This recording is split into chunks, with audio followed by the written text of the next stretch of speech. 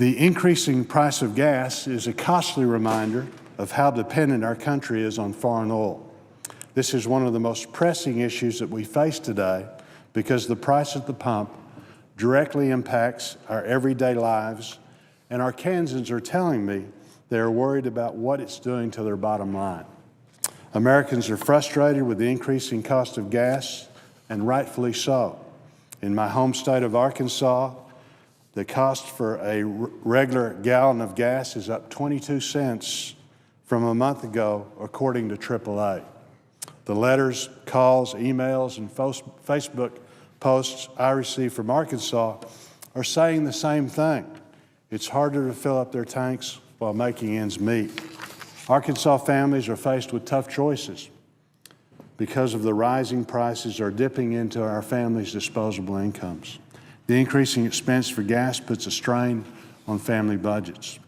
Earlier this week, I hosted a teletown hall with Arkansans from all throughout the state. And while I expected, the major discussion to be about this issue, I really was surprised at how much it dominated the conversation. During the event, we took an informal poll asking participants if the increase of gas has forced significant changes in their daily habits. 78% of those who answered said the price had had a significant impact.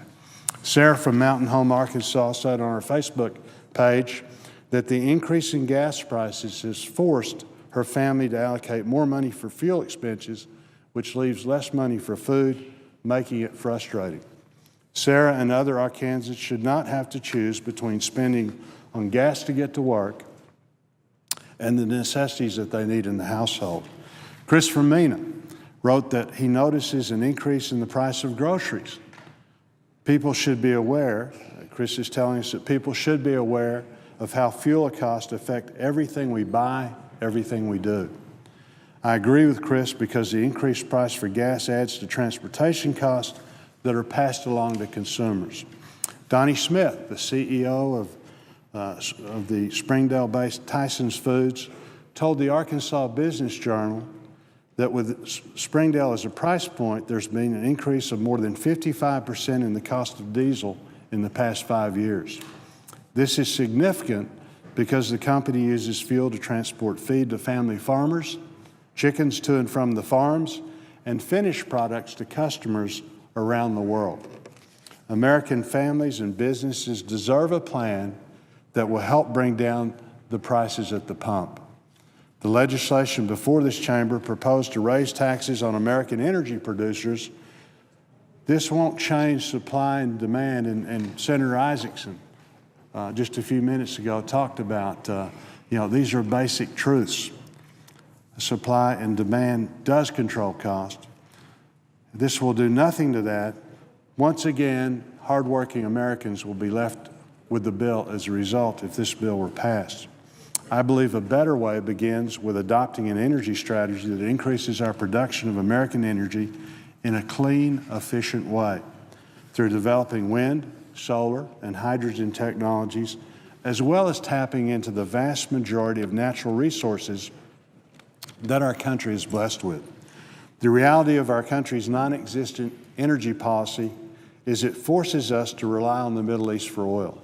We import about 9 million barrels of oil every day, half of our supply. This is costly to our economy, our citizens, and it threatens our national security. This is the only developed country in the world that refuses to use its natural resources. Opening up Alaska's Arctic National Wildlife Refuge and increasing offshore exploration on the outer continental shelf is a step in the right direction that puts us on a path of energy independence. We can boost our domestic energy supply through the development of the Keystone XL pipeline.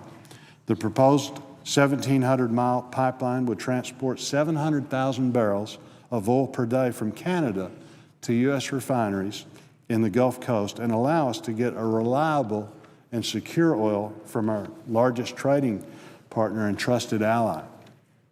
Unfortunately, while I support this project and voted in favor of it several times in this chamber, the project was rejected by the majority after President Obama took the time to lobby his members to vote against it after vetoing the project earlier this year. There is no time like today to pass legislation to fully utilize the resources that we've been blessed with in our country. But this should not come at the cost of our energy producers.